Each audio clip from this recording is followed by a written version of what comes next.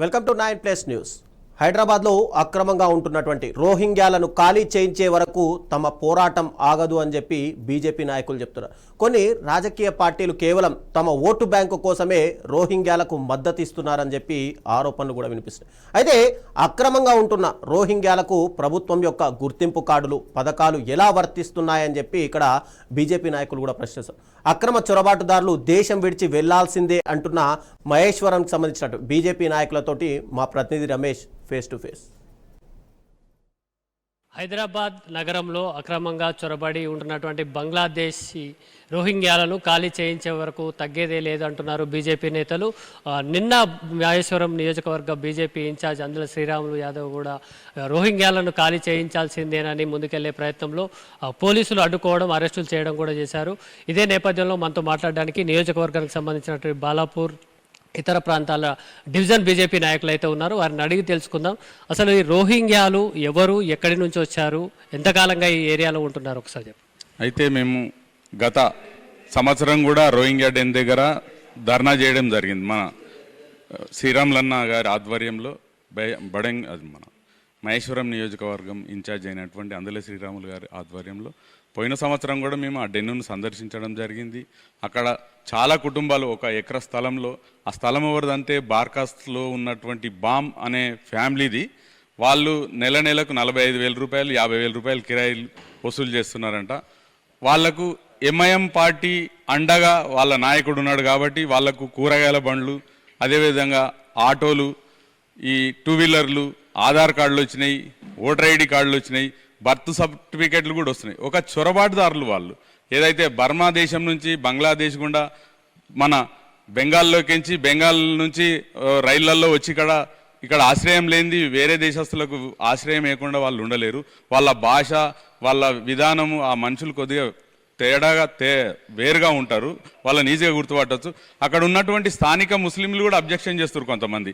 వీళ్ళు రావడం వల్ల మా ఇళ్లలో దొంగతనాలు జరుగుతున్నాయి, కూరగాయల వ్యాపారానికి ఇబ్బంది అవుతుంది, మాకు దక్కాల్సిన రేషన్ కూడా వాళ్ళకు పోతుంది. వాళ్ళు విదేశీయులు, వాళ్ళు మన దేశస్తులు కాదు.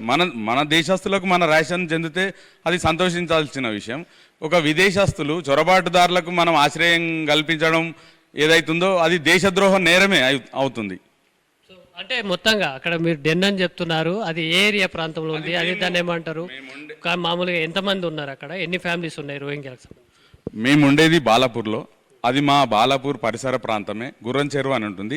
అది మా బాలాపూర్కు చెందిన రైతుల స్థలాలే. అప్పుడు వెంచర్లు చేసినప్పుడు ఎవరైతే వెంచర్లు చేసిన వాళ్ళు ఉన్నారో ముస్లింలు, వాళ్ళు ఉంచుకున్న స్థలం అది ఇంచుమించు ఒక 1/2 ఎకర్ ల్యాండ్, అంతకంటే ఎక్కువనే ఉంటుంది. అందులో చుట్టూ కాంపౌండ్ వాళ్ళు పెట్టి ఒక గేట్ ఎక్కిచ్చేసి వాళ్ళకు మొత్తం కరెంటు మొత్తం దొంగ కరెంటే. ఆ వేప చెట్టు మీద పెద్ద జంక్షన్ ఉంటుంది. ఇక అక్కడ నుంచే వాళ్ళకి మనం ఒక నెల 2 రోజులు కరెంటు బిల్లు కట్టకపోతేనే కట్ చేస్తారు. వాళ్ళకు ఫ్రీ కరెంటు, వాటర్ ట్యాంకులు ఉన్నాయి, మున్సిపల్ వాటర్ మనకు మున్సిపల్ వాటర్ రాదు, బోర్ వాటర్ తాగుతాం మనం. వాళ్ళకు మున్సిపల్ వాటర్ ఉంది. కానీ ఆ ఎట్లా ఉందంటే వాళ్ళు కుటీర పరిశ్రమ ఏంటంటే మొత్తం అల్లం వెల్లుల్లి పేస్ట్, ఎట్లా పురుగులు కనబడుతున్నాయి అందులో. వాళ్ళు బాత్రూంల పక్కకే ఆరబోస్తున్నారు. ఏది ఆ వెల్లిపాయలు అవన్నీ తీసుకొచ్చి స్క్రాబ్ లాగా మొత్తం చేసి కుళ్ళిపోయిన దాన్ని అంతా ప్యాకెట్లు చేసి, ఏదైతే హైదరాబాద్లో స్ట్రీట్ ఫుడ్ వాళ్ళు ఉంటారు కదా, వాళ్ళకి తక్కువ రేటుకు సప్లై చేస్తారు. మనం మార్కెట్లో కొంటే రేట్ ఎక్కువ ఉంటుంది కదా, ఇది తక్కువ రేట్కి వస్తుందని చెప్పేసి ప్యాకెట్లలో ప్యాక్ చేసి కుటీర పరిశ్రమగా నడిపిస్తారు. దీని వెనకాల పెద్ద రాకెట్ ఉంది. దీని వెనకాల మొత్తం ఎంఐఎం ఎంబీటీ అస్తమే ఉంది 100%. దీనికి పరోక్షంగా కాంగ్రెస్ ప్రభుత్వం కూడా సహకరిస్తుంది. ఎందుకంటే వాళ్ళ దొంగ ఓట్లు ఉన్నాయి. మొన్న 3 డివిజన్లలోనే 42,000 ఓట్లు దొంగ ఓట్లు ఉన్నాయి. ఖాళీ ప్లాట్ల మీద కూడా ఒక్కొక్క ఖాళీ ప్లాట్ మీద 5 నుంచి 10 ఓట్లు ఉంటున్నాయి. ఖాళీ ప్లాట్ల మనుషులు వెళ్ళింది ఓట్లు ఎట్లా వస్తాయి? దీనికి అంతా ఒక ముఠా నాయకుడు ఉంటాడు. వాళ్ళ ఓటర్ ఐడి కార్డులు చేపించి, ఆ ఓటర్ ఐడి కార్డు వాళ్ళ దగ్గర ఉండదు, వీళ్ళ దగ్గర ఉంటుంది. ఎలక్షన్ టైంలో ఒక క్యాంపెయిన్ నిర్వహిస్తారు. డబ్బులు తీసుకొని ఏ పార్టీతోనైతే కుమ్మక్కైతారో వాళ్ళ దగ్గర వేస్తారు. ఆడు ఓటేసినంత వరకే ఈ కార్డు అని చేతిలో పెడతారు. మళ్ళీ ఓటేసి ఈ కార్డు ఇతను అప్పచెప్పేసి మళ్ళీ వెళ్ళిపోవాలి. వాడి డబ్బులు ఆయనకి వస్తాయి, వీడి డబ్బులు ఇంటికి వస్తాయి. ఈ విధంగా హైదరాబాద్లో చాలా ఏరియాలలో చాలామంది, ఇంచుమించు 70 నుంచి 80 వేల మంది ఉండరు అని చెప్పేసి అధికారికంగా హైకోర్టులోనే వాళ్ళు ఒప్పుకున్నది ఏంటంటే 7 నుంచి 8 వేల మంది. ఇక్కడ ఒక 12 స్థావరాలు ఉన్నాయి. బాలాపూర్, ఏదైతే రాయల్ కాలనీ, ఇంకా వేరే ప్రాంతాలు ఉన్నాయి కదా, బార్కాస్ కానీ, ఎర్రగుంట కానీ, షాహీన్ నగర్ ఈ ప్రాంతాల్లో మొత్తం ఒక 12 డెన్లు ఉన్నాయని చెప్పి వాళ్ళు రోహింగ్యా వ్యక్తులనే మేమేం ఎలా చెప్పినామంటే వాళ్ళకేదో మేము హెల్ప్ చేస్తామన్న విషయంగా చెప్తే వాళ్ళు ఉన్న విషయం మొత్తం చెప్పారు. మనకు క్రాస్ ఎగ్జామిన్ చేయడం వల్ల ఉన్న వాస్తవాలని చెప్పారు. ఆ వాస్తవాలు కూడా మొత్తం మీడియా వాళ్ళంతా రికార్డు చేసుకున్నారు, ప్రూఫ్లతో సహా ఉన్నాయి. అంటే అఫీషియల్గా 7,000 మంది ఉన్నారు, దాదాపు 50,000 మంది వరకు కూడా వాళ్ళు ఉన్నారని చెప్తున్నారు. అదే సమయంలో ఇక్కడ ఉండాల్సినటువంటి ఓటర్ కార్డులు ఉన్నాయి, రేషన్ కార్డులు ఉన్నాయి, కరెంటు వంటి పథకాలను కూడా ఉపయోగించుకుంటున్నారని చెప్తున్నారు. అంటే వీటన్నిటికీ ఎట్లా వస్తున్నాయి అసలు ఈ దేశం కాని వాళ్ళకి సంబంధించి మన దేశానికి సంబంధించినటువంటి ఐడి కార్డులు పథకాలు ఎట్లా వర్తిస్తున్నాయి, దీనికి ఎట్లా కారణం ఏంటి? ఇంతకుముందుకు అన్నవారు చెప్పినట్టు రోహింగ్యాలకు వాళ్ళ స్థావరాలకు వెళ్ళినప్పుడు మేము చూసినప్పుడు వాళ్ళకి ఏంటంటే ఎప్పుడైతే వాళ్ళని పట్టుకొని అడిగినప్పుడు కార్డు మీకు లైసెన్స్ బండి ఉంది కదా, వాళ్ళకి చెత్త బండి తిరుగుతారు, వాళ్ళకి లైసెన్స్ ఎట్లా వచ్చిందంటే మాకు ఒక లీడర్ ఉంటాడు, మా లీడర్ చెప్తాడు, లీడర్ పేరు చెప్పమంటే వాళ్ళు చెప్పారు. వీళ్ళందరి వెనకాల MIM party Congress party support చేస్తుంది కాబట్టి వాళ్ళు ఉంటారు. టోటల్గా వీళ్ళు 6,000 ఫ్యామిలీలు అని చెప్తారంటే ఎంతమంది ఉంటారో మీరే తీసుకోవచ్చు. రాయల్ కాలనీలో ఉంటారు, మల్లాపూర్లో ఉన్నారు, వీళ్ళు ఇంకా డైరెక్ట్ షెడ్స్ వేసుకొని ఉన్నారు, చిన్న చిన్న పనులు చేసుకుంటారు. వాళ్ళు ఇప్పుడు బనానాస్ అమ్ముతారు, కూరగాయలు అమ్ముతారు, ఇవన్నీ అమ్ముతూ ఉంటారు అనమాట. అంతేకాకుండా ఇప్పుడు ఏదైతే బర్త్ సర్టిఫికేట్లు కాలేజ్లో ఇప్పుడు శ్రీరాములన్న ఇష్యూ చేసిందే కాలేజ్ ఒక బర్మా వ్యక్తికి రిఫ్యూజీ కార్డు చూసి గవర్నమెంట్ ఇవ్వాలనుకున్నారు. వాళ్ళు మన దేశానికి ఎన్ని రోజుల కోసం వచ్చారు? ఇప్పుడు వాళ్ళు శరణార్థుల్లాగా వచ్చారు. శరణార్థుల్లాగా ఎప్పుడు పిఎం మన మన్మోహన్ సింగ్ గారు ఉన్నప్పుడు వాళ్ళకు పర్మిషన్ ఇచ్చిందని చెప్పి వచ్చారు. వాళ్ళు దాదాపు వచ్చి 20 సంవత్సరాలు అయిపోతుంది. వాళ్ళ బర్త్ సర్టిఫికేట్, డెత్ సర్టిఫికేట్ అవన్నీ ఇక్కడనే తీసుకుంటారు కదా. వాళ్ళని ఎప్పుడు పంపిస్తారు మన దేశం నుంచి? మన రేషన్ ఇప్పుడు మనం తినే రేషన్ని వాళ్ళకి ఇస్తున్నారు, మన చిరు ఉద్యోగాలు వాళ్ళు తీసుకుంటున్నారు. వాళ్ళు అసలు మెయిన్ ముస్లిమ్సే వాళ్ళకు వ్యతిరేకంగా ఉన్నారు. ఇప్పుడు మేమెందుకు కొట్లాడుతున్నామంటే మా దేశ భద్రతకు. ఎందుకంటే అక్కడ చిన్న చిన్నగా బ్లాస్ట్లు అవుతున్నాయి. ఎగ్జాంపుల్ నిన్న అంటే దాదాపు ఒక 2 నెలల కింద ఇక్కడ ఒక చిన్న బ్లాస్ట్ జరిగింది. కోల్కతా నుంచి వచ్చిన మూడు రోజులు అవుతున్న వ్యక్తి బ్లాస్ట్ అయ్యి చనిపోయిందని వచ్చింది. అతను మానవ బాంబ లేకపోతే అన్ఫార్చునేట్గా అయిందా ఇప్పటివరకు మీడియాలో అసలు వెరిఫికేషన్ కూడా లేదు దాని గురించి. పోలీస్ వ్యవస్థ పట్టించుకోవాలి. అసలు ఎందుకు 3 days అయిన వ్యక్తి అసలు ఏం పేలింది, ఎందుకు చనిపోయింది కూడా చెప్పాలి. అట్లాంటివి ఇక్కడ చుట్టుముట్టు ఏరియాలో మొత్తం ఉన్నారు.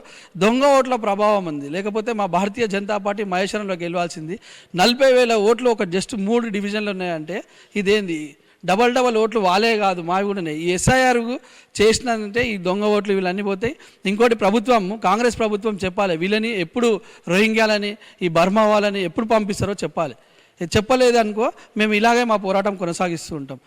అయితే ఇప్పుడు ఈ నియోజకవర్గానికి సంబంధించి ఇప్పుడు మీరు ఈ ప్రోగ్రామ్ తీసుకున్నారు, రోహింగ్యాల మీద కొన్ని రోజులుగా కూడా చేస్తున్నారు. అంటే ఎస్ఐఆర్ వచ్చినందుకు చేస్తున్నారా, లేకపోతే బీజేపీ ముందు నుంచి ఇదే స్టాండ్ మీద ఉన్నారా మీరు అంతా? ఇక్కడ మేము గత 2 సంవత్సరాలుగా దీనిపైన విస్తృతంగా పోరాటం చేస్తున్నాం. ఎందుకంటే వాళ్ళే చెప్తున్నారు మేము అఫీషియల్గా 6,000 మంది కుటుంబాలు ఉన్నాం ఇక్కడ, ఇంకా రోజుకు పెరుగుతున్నారు వాళ్ళు. మేము ఇది ఎస్ఐఆర్ ముందు నుంచే చేస్తున్నాం, ఎస్ఐఆర్ వల్ల కాదు. మా వల్ల ఈరోజు రాష్ట్రంలో ఎక్కడైతే ఉన్నారో ఇప్పుడు ఎగ్జాంపుల్ జియాగూడలో ఉన్నారు, వాళ్ళకి తెలియదని కాదు, జియాగూడలో ఉన్నారు, మన ఇదేమంటారు ఏరియా బోరబండ ఏరియాలో ఉన్నారు, మైదీపట్నం ఏరియాలో ఉన్నారు, యాకత్పురలో ఉన్నారు, చంద్రాయణగుట్టలో ఉన్నారు, రాజేంద్రనగర్లో ఉన్నారు. వీళ్ళందరూ వాళ్ళంతా వాళ్ళు వెళ్ళిపోతే బాగుంటుంది. ఒకవేళ గవర్నమెంట్తో మన స్టేట్ గవర్నమెంట్తో కాకపోతే చెప్తే సెంట్రల్ గవర్నమెంట్ ఆధ్వర్యంలోకి తీసుకోవడానికి భారతీయ జనతా పార్టీ మా కిషన్ రెడ్డి గారి ఆధ్వర్యంలో, బండి సంజయ్ గారి ఆధ్వర్యంలో తప్పకుండా వాళ్ళకు అమిత్ షా గారిని కలిసి మేము రికమెండేషన్ కూడా ఇస్తాం.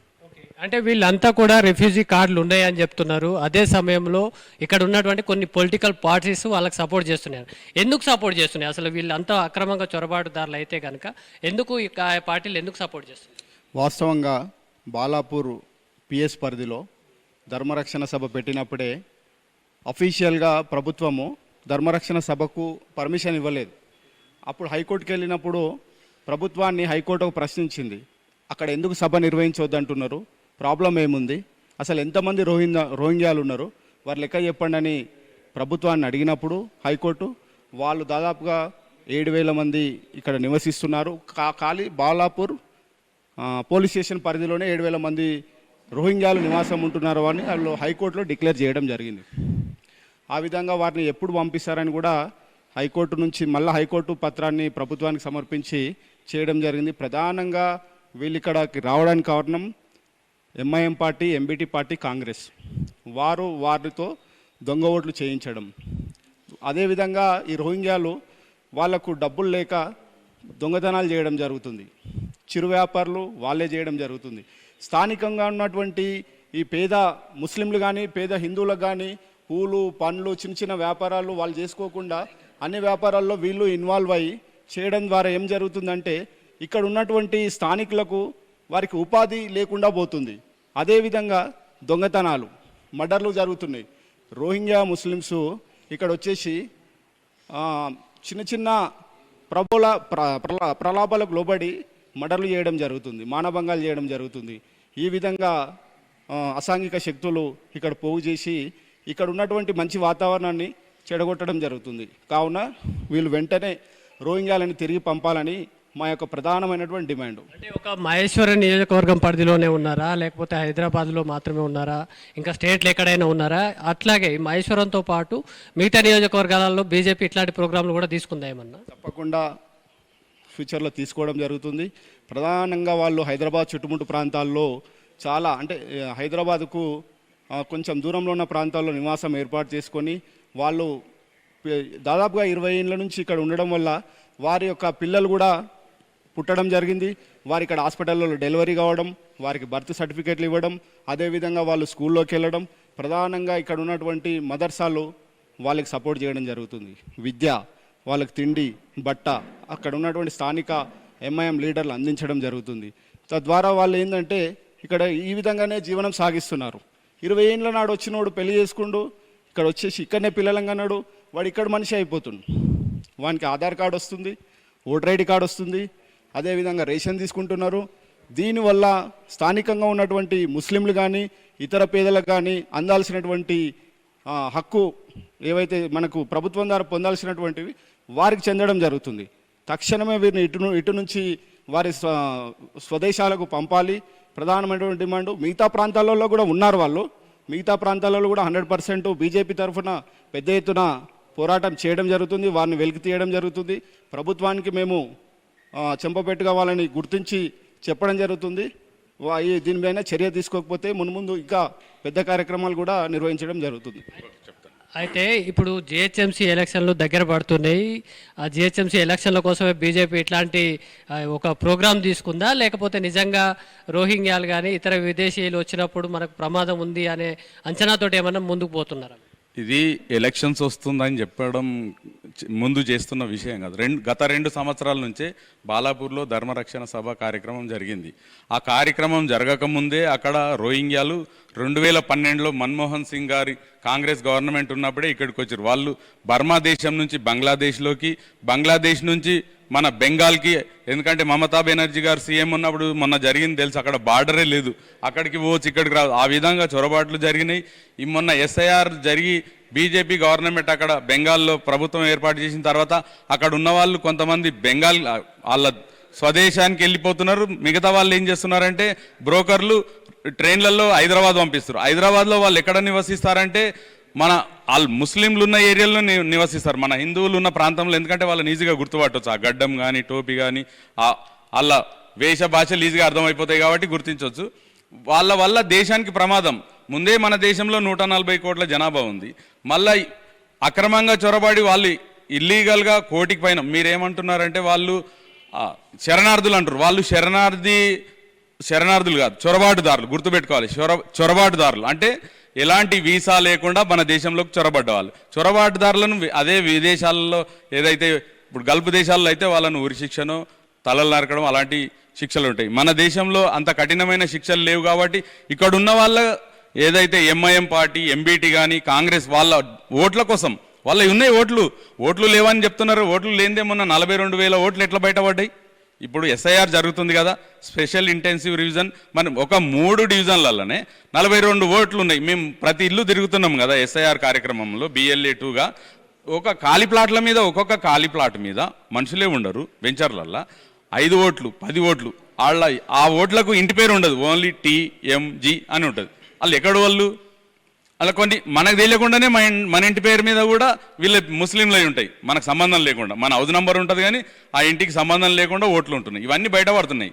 మేము తిరుగుతున్నాం కదా, ఇల్లు తిరుగుతున్నాం, ఓటర్ లిస్టు చెక్ చేస్తున్నాం కాబట్టి అన్నీ బయటపడుతున్నాయి. దీనివల్ల మన దేశానికి ముప్పు. ఎందుకంటే వాళ్ళు చొరబాటుదారులు కాబట్టి పాకిస్తాన్ ఐఎస్ఐ ప్రేరేపిత ఉగ్రవాదులు మన దేశంలో స్లీపర్ సెల్స్గా పనిచేస్తున్నారు. ఇప్పుడు బంగ్లాదేశ్ నుంచి కూడా స్లీపర్ సెల్స్, ఆ రెండు ప్రభుత్వాలు మనకు ఎప్పుడు వ్యతిరేకమే కాబట్టి మన దేశం నాశనం కోరుకుంటారు. కాబట్టి ఇట్లాంటి వాళ్ళను ఏరి వాళ్ళ స్వదేశానికి పంపించాల్సిన బాధ్యత ఇక్కడున్న రాష్ట్ర ప్రభుత్వం.